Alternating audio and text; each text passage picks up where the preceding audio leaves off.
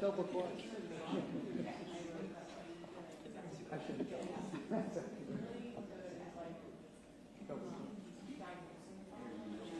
It's like we had one down. That was so fast. That was a good car.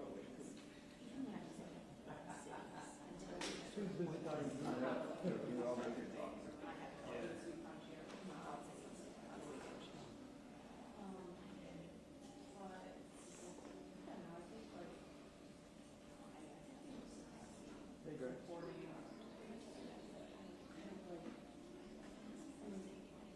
I can bring my headset. I'll act like I'm like I won't do any justice.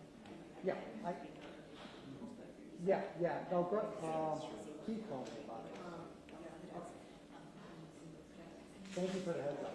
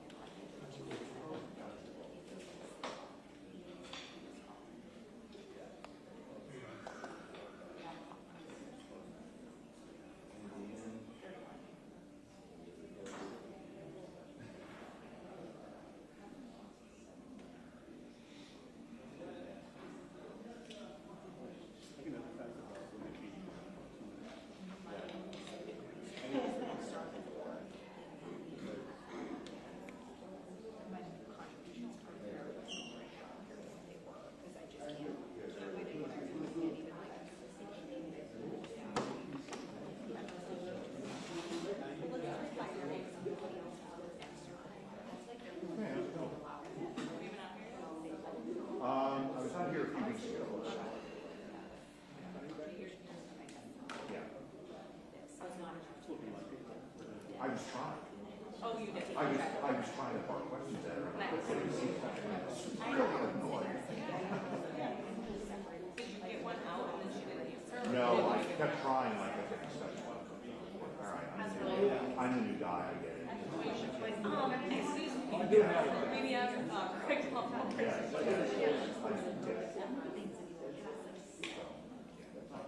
And she was looking right at me too, I was trying to ask.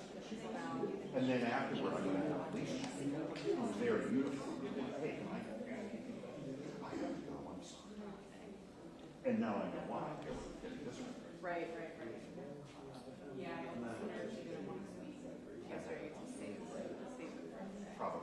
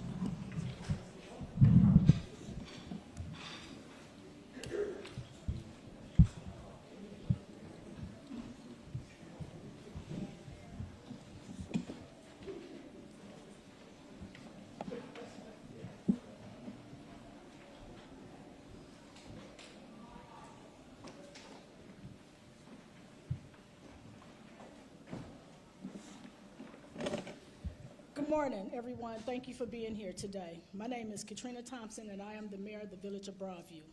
I would have preferred to host this press conference today to highlight the advances of Broadview is making in creating a green economy. But unfortunately, we're here for a much different and darker reason. The relentless deployment of tear gas, pepper spray, mace, rubber bullets in the vicinity of the United States Immigration Center and Customs Enforcement Processing Center in the Village of Broadview is endangering nearby village residents and harming Broadview Police Department, Broadview firefighters, and American citizens exercising their First Amendment rights. As you may know, as recently explained in a letter to leadership in the U.S. Department of Homeland Security, in case they were unaware, the tear gas does not travel like a rubber bullet. Instead, it spreads aerosol or smoke cloud. As far as it removes depends on how it deployed in environmental conditions. The canisters or the projectile itself can travel hundreds of feet when launched. The gas cloud generally irritates people within 200 to 700 feet radius, but wind can carry it further and spread it unpredictably, and it has. Broadview police officers are routinely being exposed to ICE agents, tear gas volleys, forcing them out of action until they recover. Broadview firefighters and ambulance personnel are being exposed. Nearby residents are being exposed. That is saying nothing of American citizens exercising their free speech rights that ICE agents are firing up. The ICE volleys has gone beyond gas. Broadview Police Chief Thomas Mills was verbally assaulted by an ICE agent during the protest outside of the facility earlier this month. He has been doing this job as police officer for 37 years, a long time now. But he was stunned by the attack, he told me. Mayor, I have never been spoken to by a fellow law enforcement officer in such a way. All this chaos also creates allegations of criminal activity on their part. The Village of Broadview Police Department has launched 3 separate criminal investigations into ICE activities since they've launched their blitz in Chicago area. That is 3 criminal investigations. Lots of rhetoric oozes from the White House about ending crime in urban areas. Well, from where I sit, ICE has generated criminal activity in Broadview. The Broadview Police Department has officially asked for the full cooperation of the U.S. Department of Homeland Security into our criminal investigations, and we expect their cooperation. Additionally, I want to address head-on Department of Homeland Security claims that multiple calls for assistance have been placed to the Broadview Police Department by the leadership of the ICE facility, and that calls have gone unanswered. The department has made claims in press release on September 26, a letter from acting ICE director to me. They are false. The press release assertions are false. The letter, our police log is clear, accurate, and truthful. On September 19th, regarding Village of Broadview first responder activity at 11:39 a.m., the Broadview Police Department received a single call from the ICE facility informing us of objects being thrown onto railroad tracks behind their facility. Per our protocol, Broadview Police Department contacted Harbor Belt Railroad, which is responsible for track security, to alert their security service to address ICE concerns. That's it. Let me say this. Beleaguered Broadview residents, our Hispanic residents, our African American residents, our Asian American residents, our white residents are all begging for relief from ICE siege of our neighborhood and our community. They are texting me, they are calling me, they are coming into the Village Hall looking for help. In effect, the Department of Homeland Security is running a disinformation campaign that will make even Russian blush, and they are making war on my community. After I made the making war on my community in my letter to the Department of Homeland Security, ICE agents on this past Saturday morning informed Broadview Police Department officer in oral, in-person communication that would be a shit show in Broadview on Saturday. ICE agents told my officers that they would be launching enforcement action throughout all of Broadview throughout the day. Additionally, ICE informed officers that ICE agents will again deploying chemical arms such as tear gas, pepper spray, etc., against American citizens, our residents, and our first responders. ICE denied that exchange took place.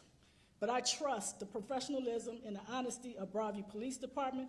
They are the best in blue. In case you didn't notice, the chemical arms attacks continued on Saturday.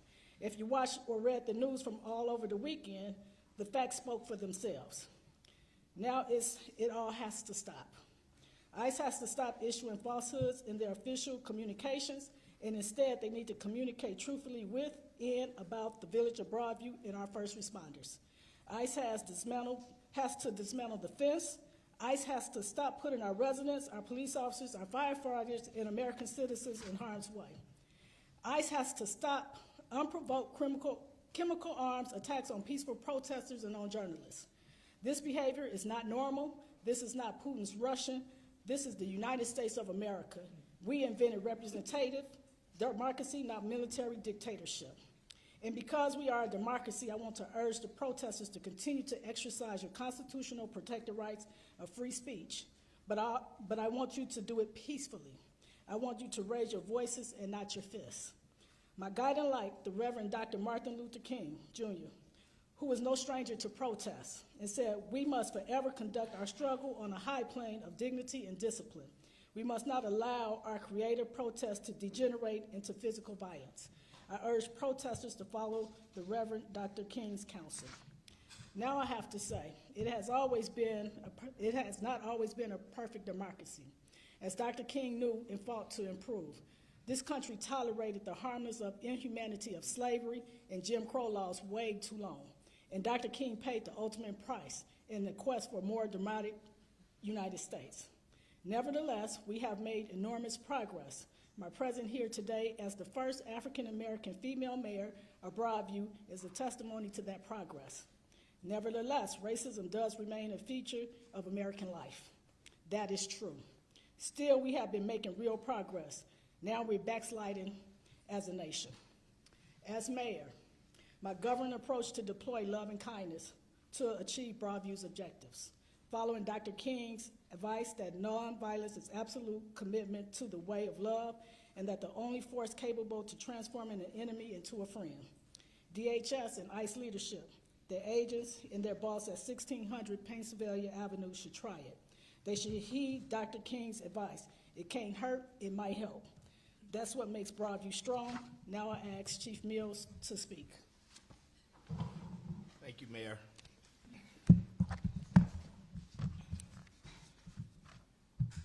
Good morning. My name is Thomas Mills. I am the Chief of Police for the Village of Broadview. We are experiencing an immediate public safety crisis. The deployment of tear gas, pepper spray, mace, and rubber bullets by ICE near the processing center in the Village of Broadview is creating a dangerous situation for the community and all first responders. Broadview residents, police officers, and firefighters, paramedics are being exposed to these agents.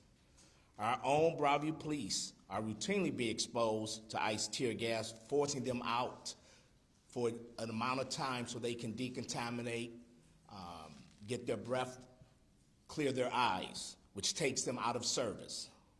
The use of these weapons is directly harming Broadview's first responders. Currently, the Broadview Police Department has launched 3 separate criminal investigations into ICE activities since the Midway Blitz began in the Chicago area. We have requested the full cooperation of the U.S. Department of Homeland Security in these investigations, and we expect that cooperation to happen. As a longtime police officer, 37 years, I was verbally assaulted on September 12th while being on the scene, ensuring everyone's rights, First Amendment rights, were protected, as well as property. The ICE agents were doing their operation. Our officer was there, and one of the agents basically told me that I was a fascist and was not doing my job. Neither was my officers. I was offended because in my 37 years working with the Chicago Police Department, I've worked with a lot of federal agencies on criminal investigations. That has never happened. We may not always see eye to eye, but we find a way to work it out for the better of the community in our assignments. There's a lot of false claims and lack of communication. DHS claims that the Broadview Police Department has received an unanswered multiple calls for assistance from the ICE facility. That is totally false. Our message from the very beginning is we will respond to all calls for service. We have multiple businesses directly next to the ICE facility, and those businesses are key components in the village of Broadview and our livelihood, and they deserve the best service. So again, those statements are false. We respond to every call for service. On September 9th, as an example, as the mayor mentioned, we received only a single call from the facility about objects on the railroad tracks. We did respond, but we also contacted the Harbor Belt Railroad, who has their own police department, and they sent people. Nothing happened. This past Saturday, Friday was a very busy day over there. We had to initiate 2 ILEA's call-outs. Saturday, I was alerted by one of my officers, my deputy chief and I, is that the director, Greg Bovino, was on scene. They were first in our parking lot. We asked them to please leave our parking lot, at which time they told us that they would be doing a full blitz here in the village of Broadview, and it's going to be a shit show. And also, they will be deploying more gas, tear gas and pellets in and around the facility at the demonstrators. In conclusion, I want to say, a sincere thank you to the Illinois State Police, our Cook County Sheriff, all the municipalities directly where the mayors are standing with me. Their police departments have responded to all of our calls for assistance. We are still doing mutual aid requests. And at this time, I want to restate my request to ICE and DHS for regular, routine, and consistent cooperation and communication with the Broadview Police Department. Thank you. I'd like to now bring the Fire Chief, Chief Matt Martin.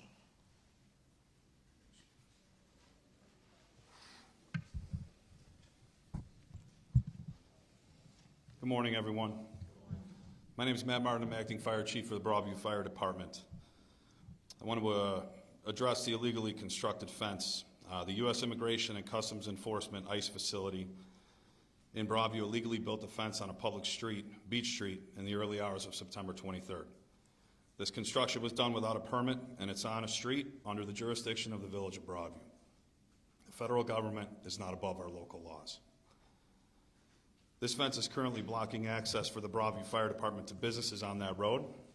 In case of a fire or other emergency, our apparatus cannot use the street to get to the scene.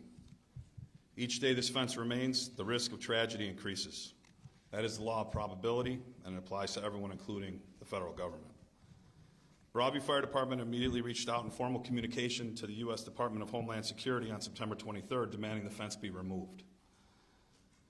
The U.S. Department of Homeland Security has failed to respond officially to those demands. This is a clear defiance of local law and an unacceptable disregard for public safety. Our demand is clear. We restate our demand to the U.S. Department of Homeland Security, follow the law, and remove the fence immediately. Our personnel have been responding to emergency calls during protests, providing first aid, and transporting people to the hospital. My men and women have been exposed to chemical agent attacks while performing their duties. The risks to our Broadview Fire Department personnel remain my daily, constant worry. The failure to remove this fence only adds a pattern of behavior that endangers our first responders and the community they serve. Thank you for your time. At this time, I'd like to turn it over to Mayor Rivero from the City of Berwyn. Thank you, Chief. So I'm here today for one reason. My reason is this young lady standing to my left, as well as all the other mayors that are standing up here. We are here to work together to try and make sure that our residents are protected in this time.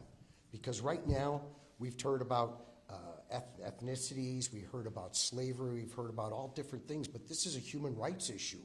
This is something that we should all recognize. We should have grown up from what happened past years. We should now realize that we're progressing backwards. And this is a human rights issue. I'm also here to introduce a resolution that the City of Berwyn passed 8-0 that is going to be brought to City of Washington, D.C. by myself on October 6th to give to the hands of our legislators, if they are there, with respect to asking our federal legislators to pass legislation to make sure that these agents are unmasked and provide identities if our police department encounters them on the street. Because there's a lot of fraudulent people out there trying to pretend that they're with the federal government. We should have the right to have identification and know, our police department needs to know who we're dealing with. We in Berwyn are a welcoming city. We do not cooperate with the federal agencies. However, we want to make sure that our people, our residents, are protected. And that's what we're all here for today, is to make sure that the residents of our communities, their rights are protected. And I stand with Mayor Thompson and everything that she has said, and I thank you for inviting me. Question for Chief Mills first. Yes, sir.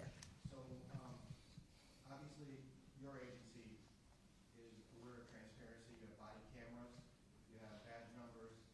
We know who your officers are on the street. How are you going to begin to investigate these crimes you're talking about, these alleged crimes? They don't have body cameras, the federal agents. They don't show badge numbers.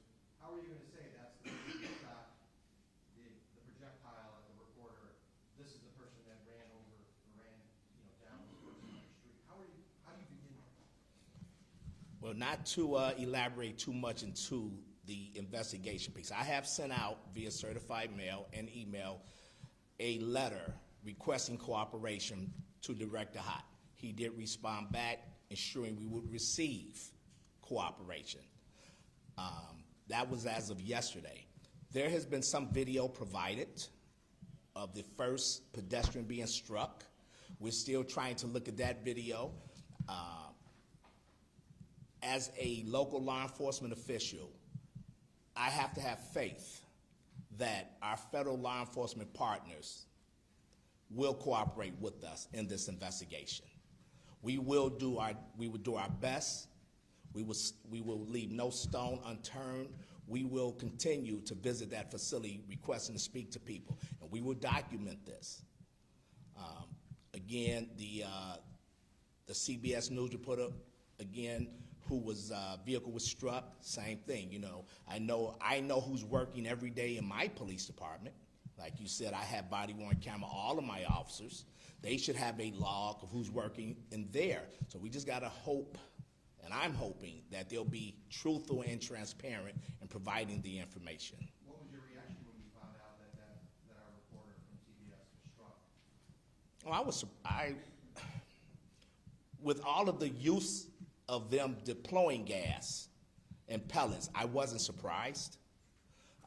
When the first pedestrian was struck, my officers, they called me, they notified my deputy chief, who notified me. We formulated plans. I gave the hard decision to tell my officers to go to that gate, try to find out, try to gather, because there was some video being shared by people that was out with the young man who was struck. And while they were out there, they started deploying gas at demonstrators, and my officers called me, and they were literally choking, trying to explain to me and give me a notification. I had to tell them, get to a safe space.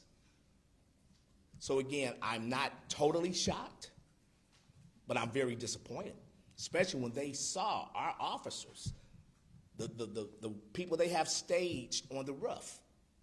They saw our officers. We have total uniforms on, like you said, and for them to still disperse those type of chemical agents is very disappointing. Mayor Thompson, we have known, of course, from Governor Pritzker that the federal government is seeking to send troops. Partly their reasoning is because of what happened Saturday, of course, at the processing facility. Have you been informed about federal troops arriving in Broadview, and what is your reaction to that possibility, I guess? So Governor Pritzker did brief us yesterday on the agents coming to town. We don't want them here. That's how I feel. We don't need their enforcement of taking basic rights away from people that's generally just protesting peacefully. And of course, they say that they're being sent because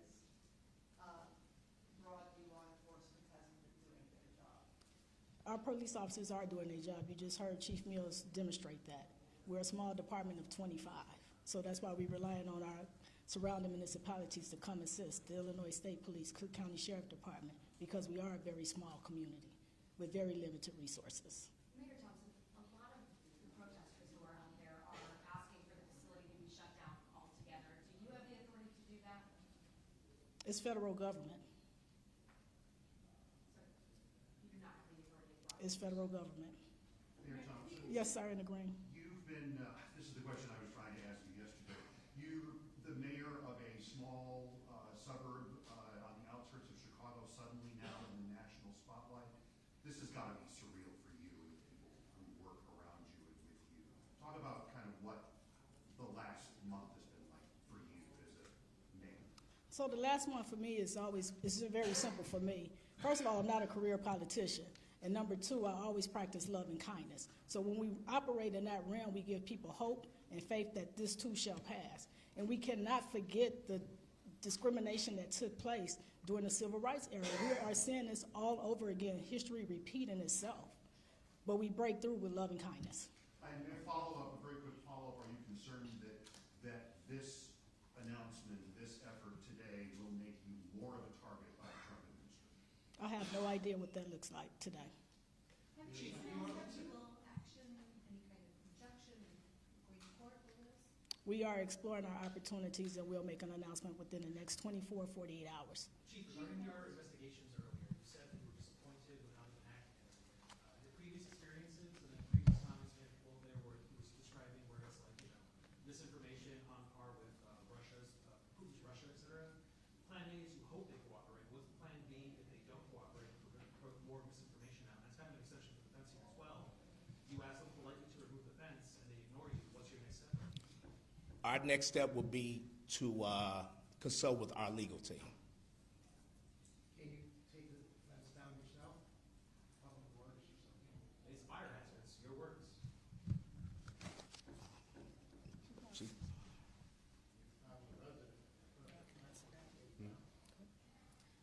We're exploring all of our all of our options at this time regarding the fence. Chief Mills, and for you, sir, or anyone who wants to take it, would you have ever expected to be at odds with federal law enforcement in this way? And how are you preparing rank and file officers to go out and respond at the detention facility in terms of how to interact with ICE and what to expect? Thank you for that question. This is a very young department. Majority of my officers, this is their first time in law enforcement. They're shell-shocked here. In my experience, I've never experienced this. Like I said, I've been on multiple federal task forces in my career with the city of Chicago, the Chicago Police Department. Nothing but great relationships. Only thing I can kind of refer back for look at Charles Peanut Tillman, who had a successful football career with the Chicago Bears, probably a Hall of Famer at some point, who retired, became an FBI agent. He worked on teams that was under my command in the Criminal Networks Group, and he just recently resigned from the FBI as he is not happy with the direction of that agency and how they're moving forward. So again, it's very hard on my officers. We are constantly having communication. We had my deputy chief had a staff meeting with our people this morning. We're having multiple calls with our law enforcement partners from the state police, Cook County, IEMA. Everyone's trying to assist us. And again, I can't say thank you enough to the mayors that stand here and having them allow their officers, because again, we fall under the Illinois Trust Act. And even though it's a clear piece of legislation, I think, everyone's nervous. This is unprecedented times when we're actually having to try to do our job and against the federal law enforcement who's doing their job. And for former Mayor Lightfoot, can you talk about your relationship with Mayor Thompson and how you're assisting in this moment? Well, first of all, I'm mindful of the comments that the chief has made. As a former federal prosecutor, I worked extensively with federal agents of every type. And it is profoundly disappointing to me to see these ICE agents, not only here in Chicago and Broadview, Illinois, but across the country, acting in such a way like they are an armed militia accountable to no one, and especially not the people. They need to take the mask off. They need to abide by and respect local law enforcement and local rules. So it is deeply disappointing to me. And Mayor Thompson and I have known each other for a number of years. She was extraordinarily supportive of me while I was mayor, and many of these other mayors I know as well. In Northern Illinois through a number of different organizations, notably the Municipal Metro Mayors Caucus, we work together in times of crisis, and many of us work together, hand in glove, during COVID. I've obviously left office, but those friendships and the respect that I have for mayors across this region and the residents of this region in Chicagoland has not diminished. And so when I saw what was happening here in Broadview, I reached out to Mayor Thompson and just offered her support, just sister to sister, mayor to mayor. And I will continue to do whatever I can to be in support of her, because this is a moment where I want to make sure people don't forget what's happening here in Broadview. Yeah, you know, the parade down Michigan Avenue, the people on the boat in the river, you know, that's deeply disturbing. But right here, every single day, residents of Broadview are on the front line. They are experiencing the wrath of federal law enforcement run amok, and they deserve to have a peaceful life. They do not deserve the psychological warfare that, unfortunately, ICE, I think, is inflicting across the country, but particularly here in Chicagoland, and they don't deserve the risk of health and safety that they've experienced. Indiscriminate firing of rubber bullets, indiscriminate release of toxic fumes, that's not okay. And I put on my lawyer's hat, I put on my former prosecutor's hat, and I put on my hat of friendship for these mayors and say, anything that you need from me, I'm here to support. Are you officially contracted? No, I don't. I'm just here to help. I'm a private citizen, and I'm here to help. Based on my experience and friendship, I'm just here to do whatever the mayor and her team will need from me. Chief Mills or Acting Chief Martin, either one of you, you mentioned that this is impacting first responders. Have you had response times to serious emergencies slowed down by what we're seeing here? The residents of Broadview that are calling for help in an emergent situation. I will share a brief, and then Chief Martin can add. I know our police officers are resilient. They do a phenomenal job. They are responding, providing the best service to all of our residents, our business, our stakeholders, people who come in and out of Broadview to work. So I don't think our calls for service have went down. There have been times, of course, when we have to call for more help, of course, and at that point. But even during those times, we constantly monitor our radio. Deputy Chief Johnson here is responsible for the daily operations of our police department. That's her main focus, ensuring no calls are being ignored. So like I said, you know, we do prioritize at times, but again, all of our residents have received the absolute best service we could provide them. Chief Martin. Could you just quantify too how many police departments from other areas are coming in and how often? Well, that's a twofold question. So we all on basically the same radio band. So if they hear one of our officers calling for help and it sounds like an emergency, like immediate, they will start responding. But we also fall under the ILEAS, Illinois Law Enforcement Alarm System. So as things start happening, if we think we need help with traffic and things like that, we notify our dispatch center and we can ask for a set amount of officers, at which time they normally respond within 5 to 10 minutes. In most cases, they're the same officers or they're even additional officers. And I have to, again, I keep saying thank you to the mayors because we all have shift minimums and standards that we follow. And when we call for help in other municipalities saying, it affects their community as well. It does, you know, and again, I can't, you know, I'm just so ecstatic and happy because for every department, this is unprecedented times. Even when the officers show up Friday night, I had so many different officers from other towns, and they were sort of like deer in headlights, like, wow. They had never seen this type of action. So, Chief Martin. In response to your question, my personnel, men and women of the Broadview Fire Department, have responded to calls in direct correlation with the facility there. We have had numerous responders exposed to both pepper spray and tear gas, myself included. I've been out there every day, so I can tell you that we've been responding, and we will continue to respond as we should when 911 calls are made, and we're giving our best effort to help anyone that is in need of our assistance from the fire department. Have you ever been able to inspect the facility for fire codes, violations, things like that in the past? I know you guys have responded to it. It's a federal facility. It's a federal facility. So what about the businesses at the end of the block that are now blocked off the south end? I know there's that rolling gate in that parking lot to the south and east, behind that the working business or whatever. But is that how you guys have to get in now? And also for Police Chief Mills, are you able to get back in there? Are they letting your officers in there as well? To the south end of Beach Street? Yes. They are? Okay. Yes. We have a code to that gate. That's the only way that you guys can get in there? My answer is yes as well. So Chief Mills, you have received a response from DHS, the letter that you sent, or are you still waiting to hear back on a criminal investigation?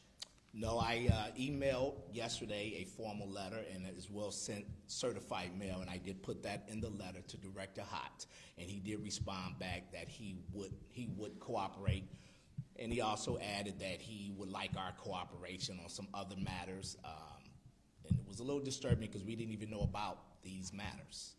So again, we talk about false claims. He didn't indicate what matters he was. Some vehicle damage type things. We were aware of one incident, but they were responsible for protecting their own property as they fenced off the area where their cars were. So again, we still took the report, but again, we're still trying to we don't even know what cars were damaged. And they haven't provided any info yet on the three investigations that your police department. Not at this moment, no, ma'am. Do your officers have the proper equipment as gas masks? Absolutely. Again, our mutual aid partners, Illinois State Police and everyone, they have come out. We've done our fit testing. Again, when it first started, we were not. We were using masks that we used for COVID, N95. But since then, like I said, the response and the assistance we've received has been phenomenal. All of our officers are equipped. But again, once that gas is deployed, it still gets on your skin. It burns. We don't have all PPE because, again, we have cameras. We want to record everything. So, again, our officers, they're doing the very best with the equipment that they have, but we're constantly, our mayor and our village board, they're constantly giving us all the resources that we need along with our federal partners. Not federal partners, our state partners. I'm sorry, our state partners like Illinois State Police, Cook County, yes. You said you were verbally assaulted. Were any of the officers also assaulted? Okay. If you have any questions for the other mayors after the chief responds, they'll be here. I can't answer that. Like I said, there's a lot of back and forth, but again, they're doing a great job. Again, like I said, I received it. I was right there, and it was just shocking. So, okay, thank you.